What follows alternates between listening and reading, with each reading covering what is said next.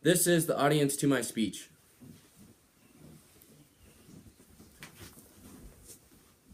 I'm here to persuade you on why the Duke and North Carolina college basketball rivalry is the best in all sports.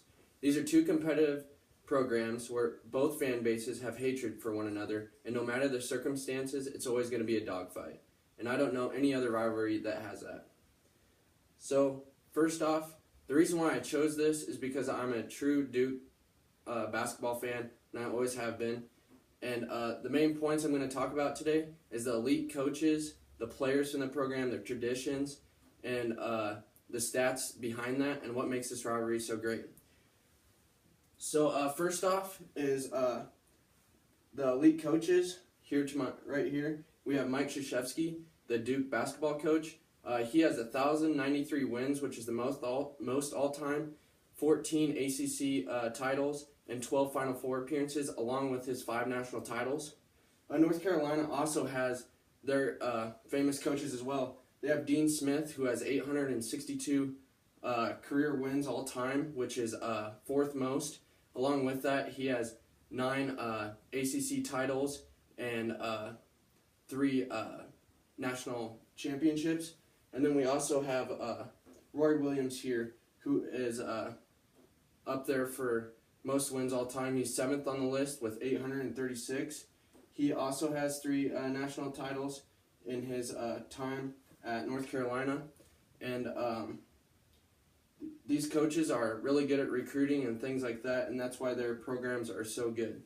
So under our next topic, the elite players. So like I just said, those coaches are really good at recruiting, getting good players, and the great players that they have for Duke was J.J. Redick, Christian Laettner, Marvin Bagley, Grayson Allen. There's many more. For North Carolina, we have Tyler Hansbrough, Marcus Page, Michael Jordan, who's really famous, Vince Carter as well.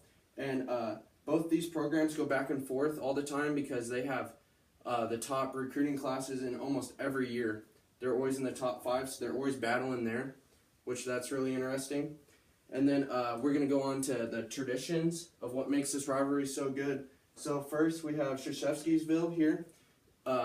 Duke students will camp outside Cameron Indoor Arena almost for like 6 weeks before the Duke North Carolina game. So the students will be out there in the freezing conditions or whatever just for this rivalry.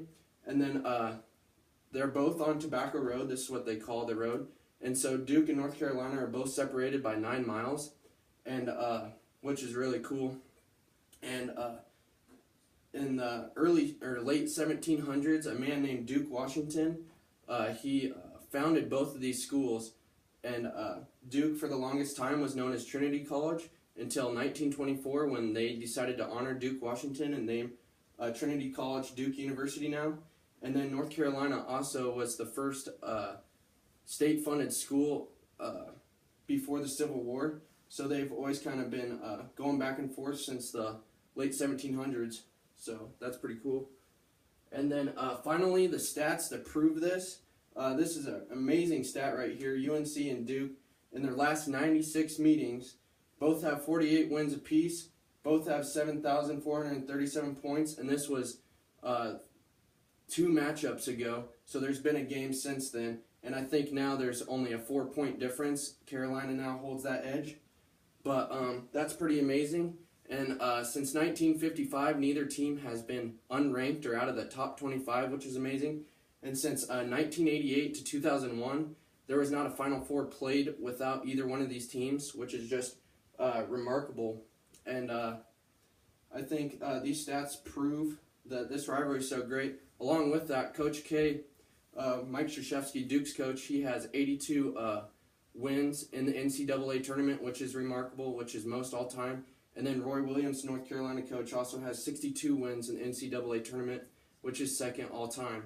I think that's my 3 main points on why this rivalry is so good. So to conclude this, I think to prove why this rivalry is so good, tune in to ESPN this upcoming Saturday on March 3rd at 6 p.m. to see these two blue blood programs go at it. And it's going to be a real competitive game. I guarantee you that. And thank you for watching my speech.